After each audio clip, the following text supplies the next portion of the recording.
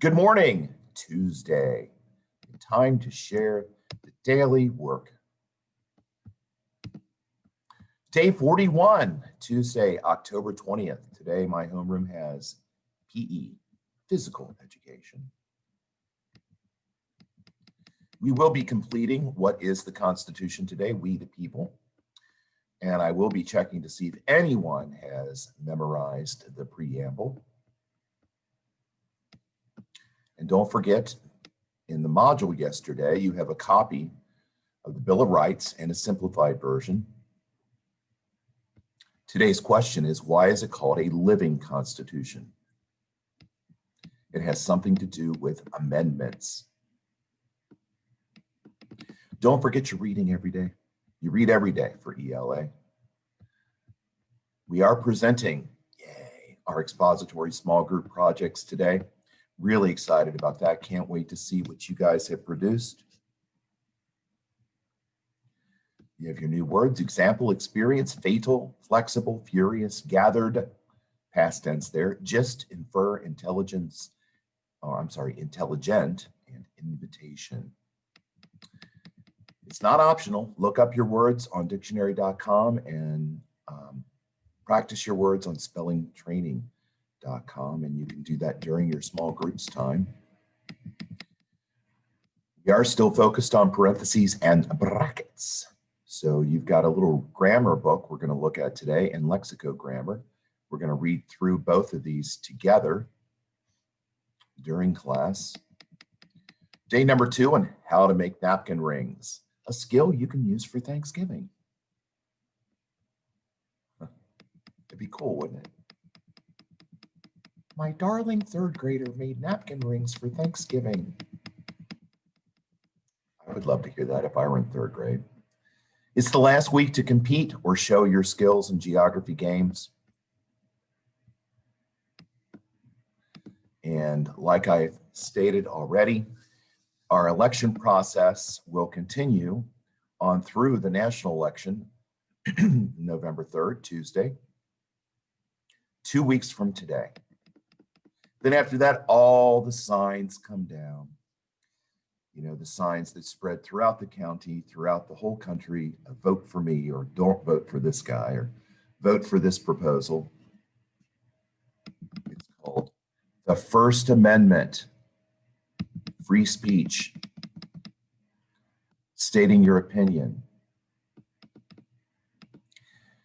Yesterday, what is full of holes but still holds water? A sponge. What question can you never answer yes to? When you're asleep. Are you asleep? Yes. Then you're not asleep. I have a tail and a head but no body. What am I? A coin. Heads or tails? And then you have 3 new ones. You're running a race, and at the very end, you pass the person in second place. What place did you finish the race in? Which word becomes shorter when you add 2 letters to it? It's raining at midnight, but the forecast for tomorrow and the next day is clear. Will there be sunny weather in 48 hours? Trick questions. Oh, and all my Roblox fans out there in my homeroom and Mrs. Fleming's homeroom. If you love Roblox, here's some fun facts of the day all about Roblox. It was originally called Dynablocks, and I actually remember that when it came out in 2006. I never stuck around to when it changed to Roblox, though. And then you have the rest of the book, What is the Constitution? Hopefully after this book, if somebody asks you, what is the Constitution? You won't say, I don't know. You actually have information. It's the law of the land. It explains how our government works.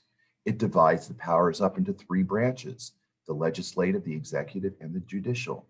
It states all kinds of rules and outlines of how people are elected to office, who can run for office, how long they can run for office, or how long can they be in office. And then you have the Bill of Rights attached to it, which are the first 10 amendments. And now we have 27 amendments total.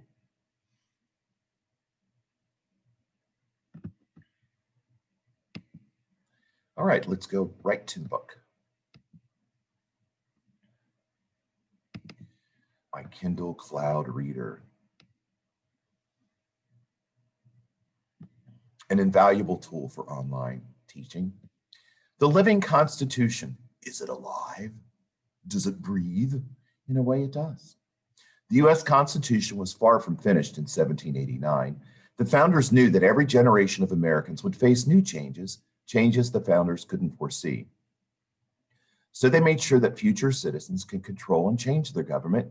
One way is by adding more amendments. Since the Bill of Rights, 17 other amendments have been added to the Constitution. Some amendments right the wrongs of the past. Slavery was a burning injustice left standing when the Constitution was first written. The issue led to the Civil War. Upon the victory of the North, the 13th Amendment in 1865 was passed, outlawing slavery everywhere in the United States. Later, the 14th and 15th Amendments granted equal protection under the law to all citizens, including former slaves, in 1868, and voting rights to all men in 1870. It was still true that women couldn't vote, so there were still injustices in there. It wasn't until 1920, with the passing of the 19th Amendment, that voting rights were given to another huge group of Americans, women. There have been thousands of attempts to amend the Constitution. Wow, that was interesting. There have been thousands of attempts to amend the Constitution, but it's very hard to do. 2/3 of the House and Senate have to agree on a new amendment. Then 3/4 of the states also have to pass it.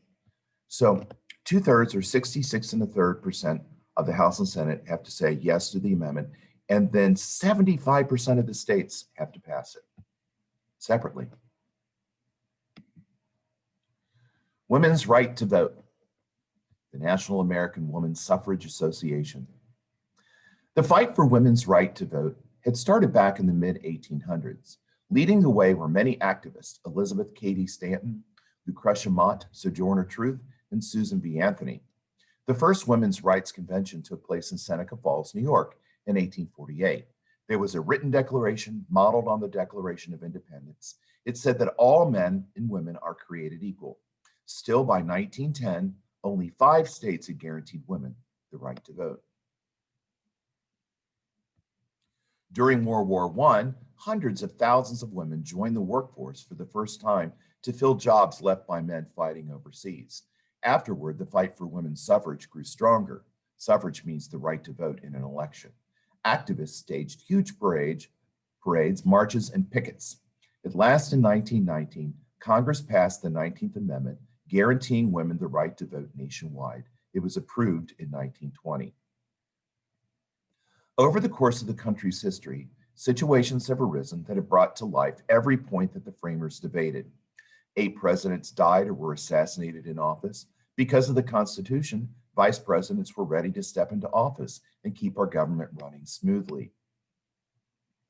The framers hoped the Constitution was strong. And by the way, he died, he became president. He was assassinated, he became president. And then he was also assassinated. He was assassinated, he became president. He died in office. He was also assassinated. So since they pre-thought it ahead, when those things happened, we were able to have another president step right into the office. The framers hoped the Constitution was strong enough to hold up the government in difficult times, and it has. The Constitution, that amazing 4-page document, created the longest living democratic government ever known. You can see the original signed copy of the Constitution on display at the National Archives in Washington, D.C. The ink of George Washington's signature has hardly faded, and at the top embossed in huge flowing script are the words that include all Americans, we the people.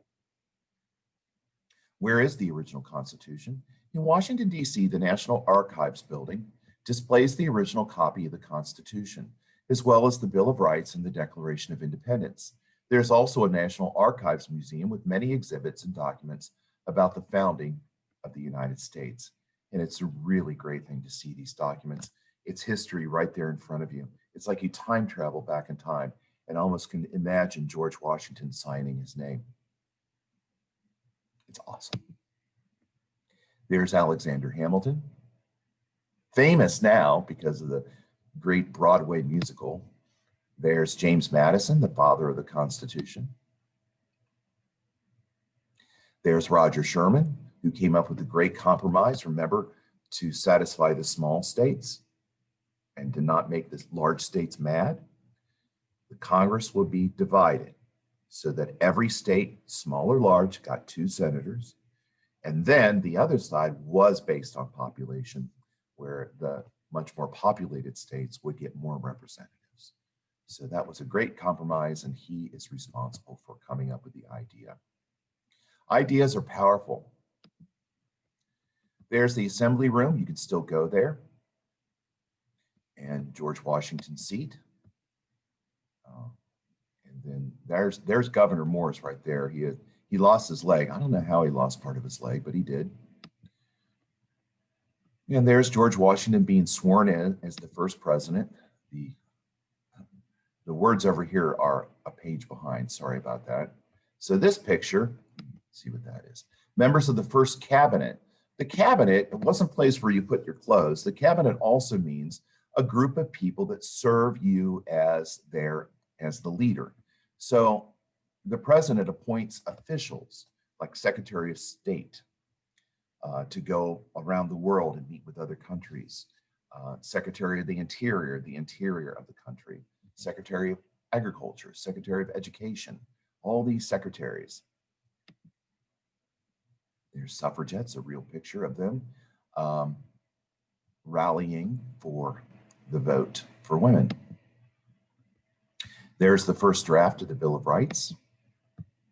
There's the preamble to the U.S. Constitution etched on a wall of the National Constitution Center in Philadelphia. There's a famous painting, signing of the Constitution, that hangs in the United States Capitol building. I've seen it. There's the lovely Capitol building and the Declaration of Independence, the Constitution, and the Bill of Rights on display at the National Archives. And this, as fancy as it looks, actually goes down into the ground at night for protection. And here you can read the timeline of the U.S. Constitution. 1787, May 25th, enough delegates arrived for the Constitutional Convention to begin. The Virginia Plan, based on James Madison ideas, presented. The Confederation Congress passes the Northwest Ordinance, keeping new territories free of slavery. Delegates accept the Great Compromise, settling the matter of representation in Congress. The final draft of the Constitution is presented.